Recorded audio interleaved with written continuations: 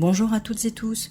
Comme dans les vidéos précédentes, cette chronique hebdomadaire est sous-titrée afin qu'elle soit accessible aux sourdes et malentendantes. Cette semaine, 4 films d'auteur ont retenu notre attention pour leur qualité cinématographique parmi les très nombreux films à l'affiche en concurrence avec les reprises cannoises. My Love Affair with Marriage de Sidney Bowman, un film d'animation pour public adolescent et adulte dynamitant le mythe du prince charmant et du happily ever after qu'on nous inculque dans tous les contes et les moules religieux hérités depuis des siècles.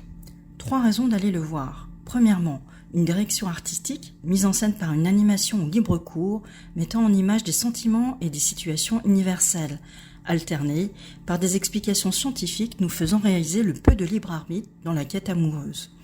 Deuxièmement, la condamnation des assignations et injonctions faites aux femmes, bercées par des croyances et des illusions, mises au pilori avec humour et distance. Troisièmement, un parallèle entre les mythes sur la conjugalité normative et l'embrigadement idéologique soviétique sévissant sur les États baltes, puis depuis leur indépendance, la sexualisation outrancière des femmes, mettant en perspective toutes les couches de pression sexiste auxquelles elles sont sujettes. Rétrospective de Jean Eustache. L'occasion enfin rêvée pour de nouveaux publics cinéphiles de découvrir l'œuvre marquante d'Eustache. Quasi dans son intégralité, pour problème de droit, le cochon restera inaccessible. Et on n'a vu à date que le Père Noël à les yeux bleus, la Rosière de Pessac 79 et numéro 0. 3 raisons d'aller voir la rétrospective.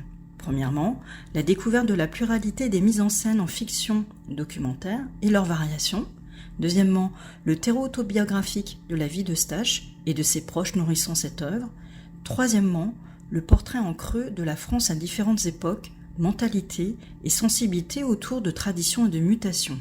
Marinette de Virginie Verrier, un biopic inspirant, adapté du récit autobiographique de Marinette Pichon, restituant avec beaucoup de sensibilité toutes les épreuves et les difficultés auxquelles elle a dû se confronter, faisant ainsi un modèle à hauteur humaine pour tous nos jeunes.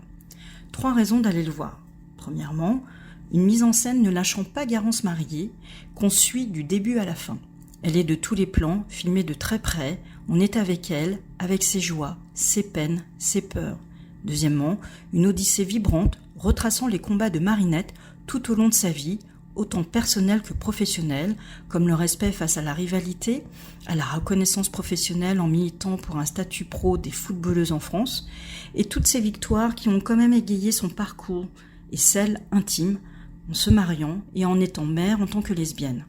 Troisièmement, un cast solide, avec en lead Mariée, formidable interprétation convaincante physiquement et émotionnellement de Marinette, face aux pressions, aux doutes et surtout aux violences.